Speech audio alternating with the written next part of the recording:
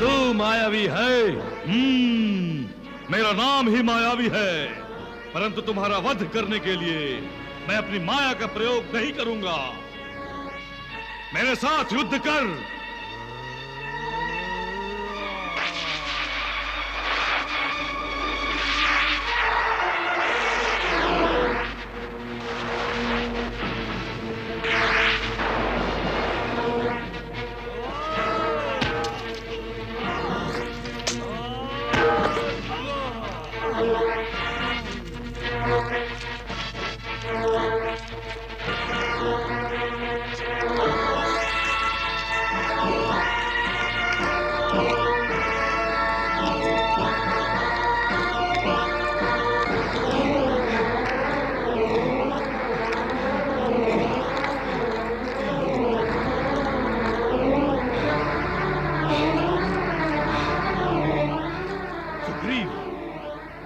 गुफा में जाकर इस दुष्ट को मारकर ही लौटूंगा।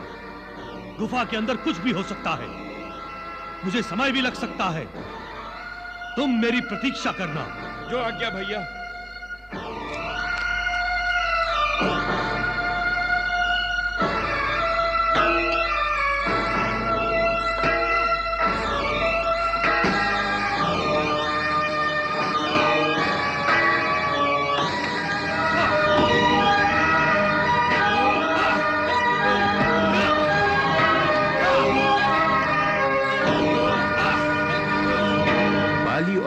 के बीच गुफा के अंदर घमासान युद्ध हुआ। सुग्रीव बाली की 1 मास तक प्रतीक्षा करता रहा।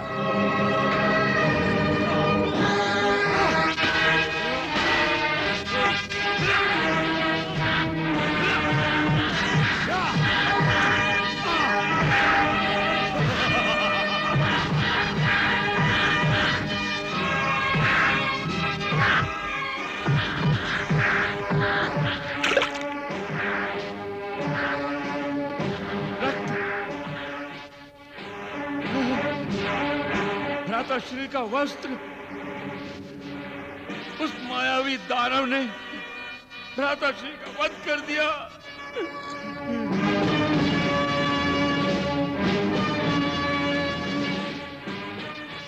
वो भी जीवित इस गुफा से बाहर नहीं आएगा, उसे भी गुफा में ही मरना होगा।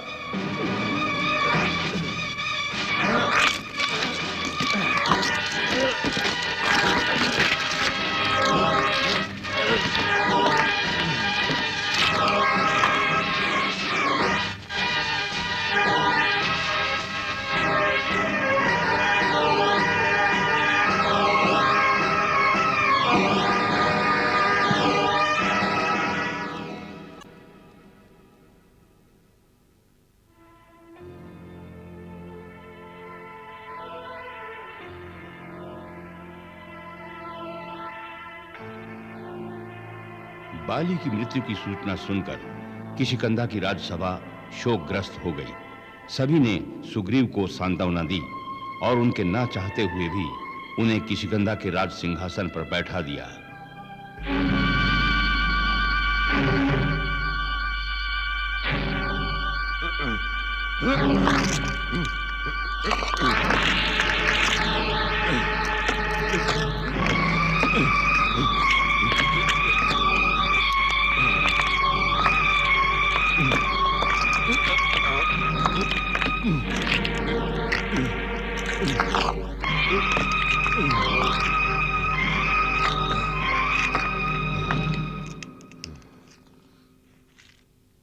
सुग्रीव कहां चला गया? मैंने तो उसे आज्ञा दी थी मेरी प्रतीक्षा करने की। सुग्रीव, सुग्रीव, सुग्रीव,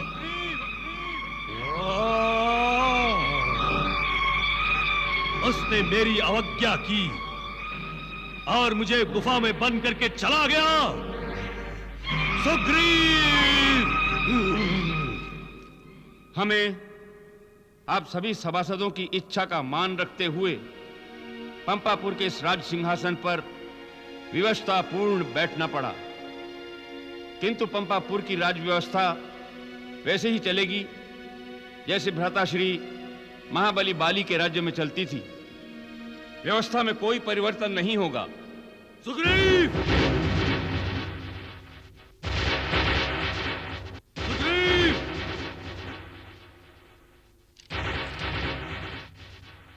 महाराज सुग्रीव, ये गर्जना तो महाराज बाली की है।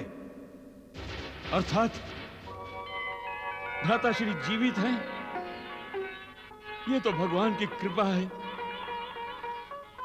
मैं तो गुफा से बाहर आता रक्त और भ्राताश्री का वस्त्र देखकर निराश होकर वापस लौट आया था। सुग्रीव! सुग्रीव!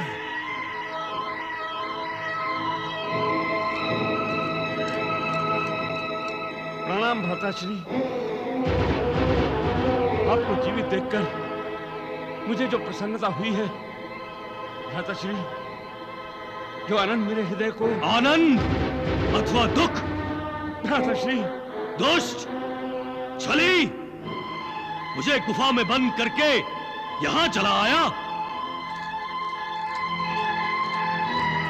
नहीं महाराज, नहीं महाराज बाली।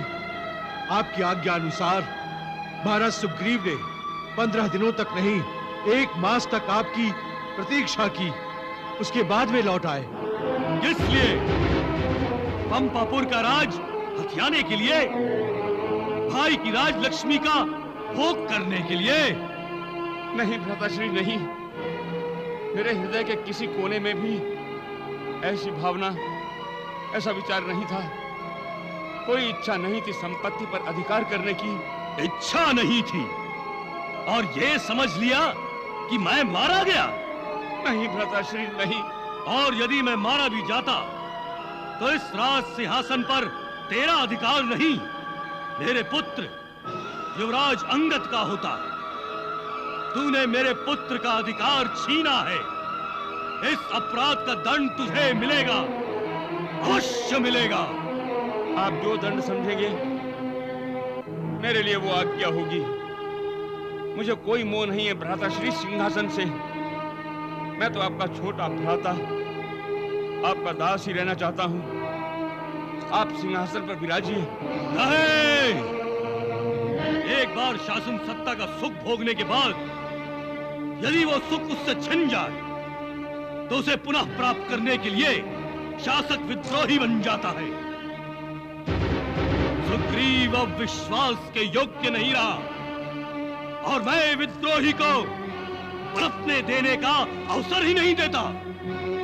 गदा उठाओ सुग्रीव, मैं तुझे अवसर देता हूं। मुझे पराजित कर और पंपापुर का स्वामी बन जा। नहीं भ्राताश्री। गदा उठाओ सुग्रीव। नहीं। गदा उठाओ सुग्रीव, मैं कहता हूं गदा उठाओ।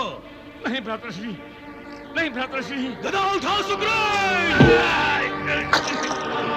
नहीं भ्राताश्री, नहीं, मुझे क्षमा कर दीजिए। नहीं, नहीं, नहीं भ्राताश्री।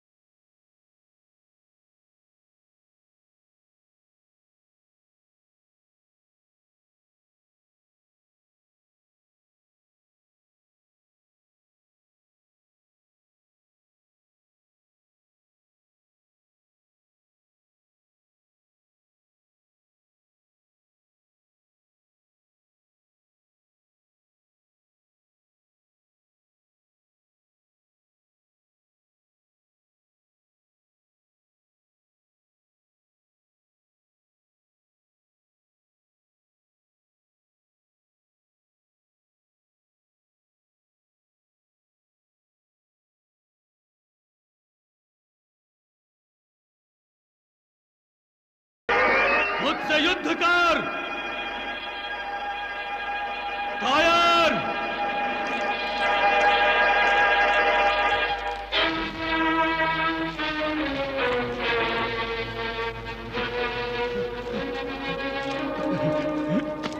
ऋषिवर, ऋषिवर, मुझे आसरा दीजिए, मुझे आसरा दीजिए ऋषिवर। कौन हो तुम? मैं पंपापुर नरेश, महाबली बाली का अनुज सुग्रीव हूं। परंतु तुम इतने भयभीत क्यों हो? मेरा जीवन सुरक्षित नहीं है ऋषिवर। बाली मेरा पीछा करते हुए यहाँ आ रहा है। मुझे आसरा चाहिए, मुझे आसरा चाहिए ऋषिवर, मुझे आसरा चाहिए। तुम चाहो तो इस आश्रम में निर्भय होकर रह सकते हो। बाली इस आश्रम में नहीं आएगा। वो जो किष्किंधा पर्वत की श्रेणी तुम देख रहे हो, उसी में ऋषिमुख पर्वत है जो बाली के लिए प्रतिबंधित है। यदि तुम आश्रम में नहीं रहना चाहते तो ऋषिमुख पर्वत पर चले जाओ और सुख से वहां अपना जीवन बिताओ। ऋषिवर, आपकी बड़ी कृपा ऋषिवर, आपकी इस कृपा का मैं सदा ऋणी रहूंगा। आयुष्मान भव।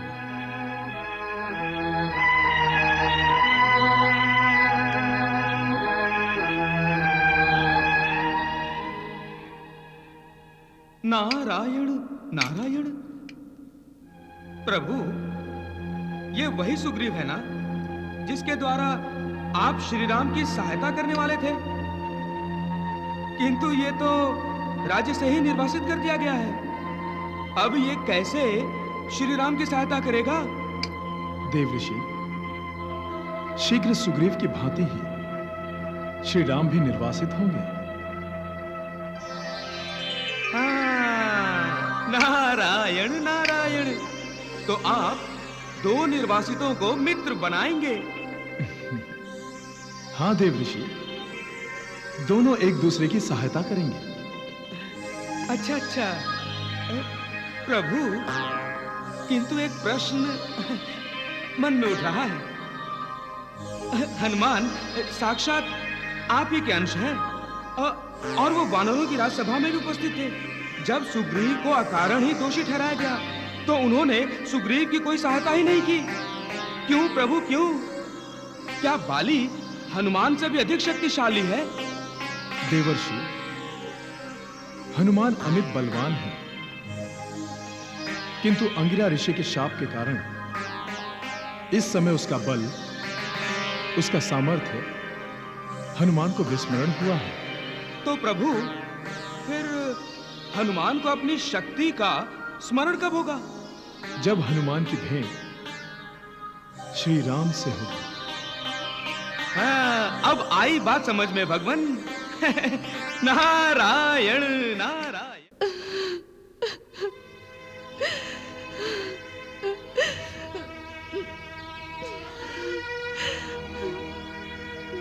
मंदोदरी,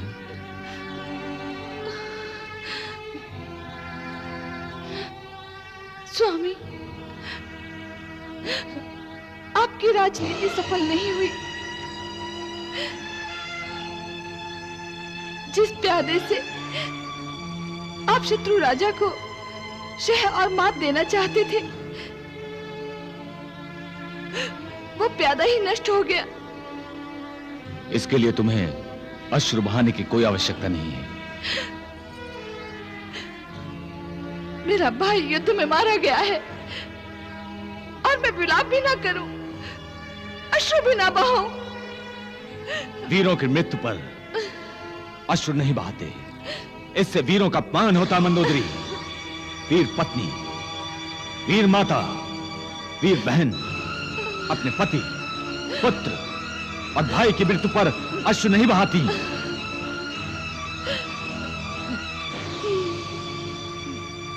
ओझ डालो अपने आंसू।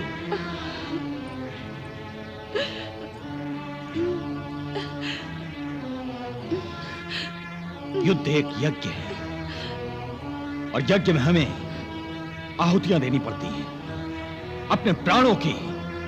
तभी युद्ध देवी प्रसन्न होती है और विजयश्री का वरदान देती है। तुम्हें तो गर्व होना चाहिए अपने मायावी भाई पर, क्योंकि वो वीर गति को प्राप्त हुआ है।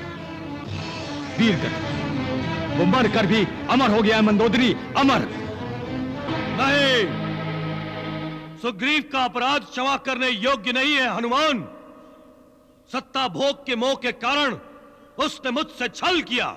नहीं महाराज, उन्हें शासन की सत्ता पर स्थापित करने के लिए सभी के द्वारा आपस में परामर्श हुआ। सुग्रीव तो सिंहासन संभालने को तैयार ही नहीं थे। सुग्रीव का पक्ष लेकर तुम मेरे साथ विश्वासघात कर रहे हो केसरी नंदन। आप मुझे विश्वासघाती कहकर मेरा अपमान कर रहे हैं महाराज। हनुमान! और आपने जो सुग्रीव पर आरोप लगाया है वो निराधार है। आपने सुग्रीव के साथ अन्याय किया है और हनुमान सदा न्याय का साथ देता है। मैं अपने मित्र सुग्रीव की रक्षा करने के लिए यहां से जा रहा हूं। और हां, आने वाले प्रभात में कल आप मुझे इस राज्यसभा में नहीं देखेंगे। मुझे भी नहीं देखेंगे। हम भी आपके साथ नहीं है महाराज बाली। हम जानते हैं जहां हनुमान है वहां सत्य है, नीति है, सदाचार है। हम भी आपके साथ चलेंगे हनुमान जी। हम भी चलेंगे। जाओ जाओ, क्या समझते हो तुम्हारे ना होने से बाली की शक्ति कम हो जाएगी, मेरा सामर्थ्य घट जाएगा? तुम जैसे देशद्रोहियों के चले जाने से मेरा सामर्थ्य बढ़ेगा। बाली अधिक सामर्थ्यशाली होगा, अधिक शक्तिशाली। जाओ।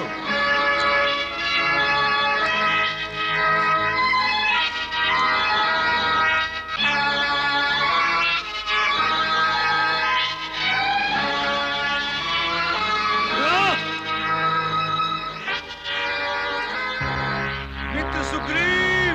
महाराज सुग्रीव! महाराज सुग्रीव! मित्र सुग्रीव! महाराज सुग्रीव! महाराज सुग्रीव! सुग्रीव! सुग्रीव! मित्र सुग्रीव! महाराज सुग्रीव! सुग्रीव! महाराज सुग्रीव के बारे में कुछ भी पता नहीं चल रहा है। यहाँ भी दूर दूर तक कहीं भी दिखाई नहीं दे रहे हो। हमें उन्हें चारों दिशाओं में ढूंढना होगा। पिताश्री, यही वो स्थान है जहां महाराज बाली ने दुंदुभी दैत्य को मार फेंका था। फेंकने से तुम्हारा क्या तात्पर्य है पुत्र? पिताश्री, दुंदुभी दैत्य महाराज बाली से युद्ध करने गया था। महाराज बाली ने उसका वध करके उसे पर्वत पर फेंका। जब फेंका तो उसके रक्त के छींटे मतंग ऋषि के आश्रम में जा गिरे। और जब रक्त के छींटे मतंग ऋषि के आश्रम में गिरे तो मतंग ऋषि की तपस्या भंग हो गई। तब मतंग ऋषि ने उसे श्राप दिया कि जिसके कारण मेरी तपस्या भंग हुई है, यदि वो आश्रम के चारों ओर फैले इस ऋषि मूक पर्वत पर पांव रखेगा तो उसका सर फट जाएगा और सर के टुकड़े टुकड़े हो जाएंगे। यदि सुग्रीव को इस शाप का पता है हनुमान, तो सुग्रीव के लिए यह स्थान बहुत सुरक्षित है। वो यहीं कहीं होंगे। चलिए चलकर किसी आश्रम वासी से पूछते हैं। चलिए चलिए। चलिए।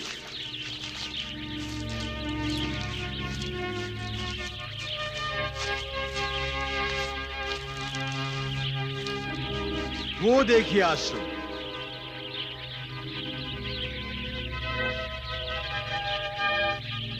यही मतंग ऋषि का आश्रम होगा। हाँ चलिए। हाँ, चलिए चलिए। देखते हैं।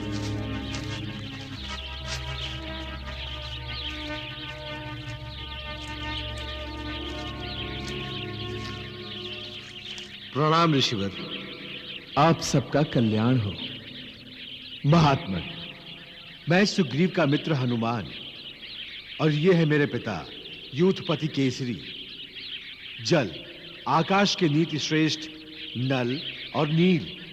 हम तो अपने प्रिय मित्र सुग्रीव की खोज में यहाँ आपसे जानने आए हैं। वो किष्किंधा राज की राजधानी से लोप हो गए हैं। उनके चले जाने से पंपापुर शून्य सा हो गया है हमारे लिए। आप सबकी वानर राज सुग्रीव के प्रति इतनी श्रद्धा देखकर प्रसन्नता हुई। मैं आपको भी यह सूचना देकर प्रसन्न करना चाहता हूं कि महाराज सुग्रीव सुरक्षित हैं। तो हमें उनके शीघ्र दर्शन करवाइए ऋषिवर। आपके महाराज सुग्रीव मेरे आश्रम में बाली से बचने के लिए आए थे। मैंने उन्हें ऋषिमुख पर्वत पर भेजा है। वो वहीं आपको मिलेंगे। प्रणाम ऋषिवर। कल्याण हो।